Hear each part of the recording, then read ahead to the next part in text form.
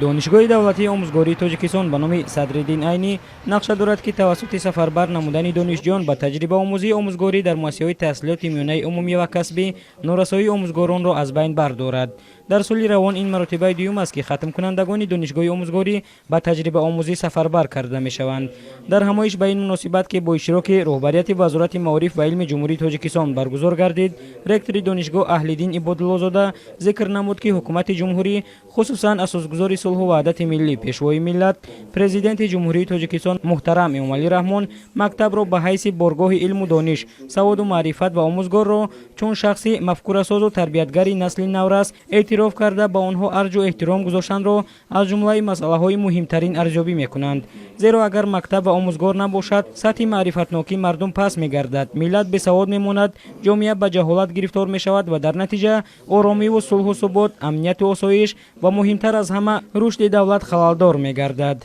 ختم کنندگان دانشگاه دولتی آموزگاری تاجیکستان به نام صدرالدین عینی به تجربه آموزگاری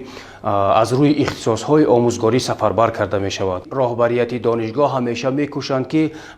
در پی دستور اساسگزار صلح و وحدت ملی پیشوای معظم ملت نارسایی آموزگار در جامعه از بین برده شود و این تشبس‌های راهبری دانشگاه به خاطر آن است که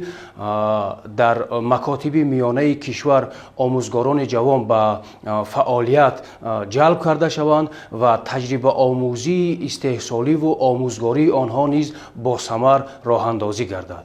ضمن سخنرانی خویش معاون وزیر معارف و علم جمهوری تاجیکستان زیادالله عبدالزاده یادآور شد که دولت و حکومت مملکت به مسئله تربیت آموزگاران صاحب کسب و بلندپایه توجه ظاهر نموده برای دستگیری آنها و بهتر شدن سطح و صفت زندگی آنها امتیازها فراهم آورده است. این توجه و غمخواری ها امکان می‌دهند که آموزگاران مطابق به طلبات معاصر تربیت یافته مؤسسه‌های تعلیمی با کادرهای صاحب تخصص تامین گردند و با همین واسطه مقام آموزگار در جامعه بالا رود. باید قید کرد که موافق طلبات موجوده همه دانشجویانی که در شعبه روزانه بودجوی و با کوتای پرزیدنتی تحصیل کردند در اساس اراخت وزارت معارف و علم جمهوری تاجیکستان برای فعالیت آموزگاری سفربر کرده می شوند. همزمان تذکر داده شد که دوره به دوره سفربر نمودن دانشجویان به تجربه آموزگاری در مؤسسه‌های تحصیلات میانه عمومی و کسبی امکان می‌دهد که نارسایی آموزگاران از بین برداشته شود.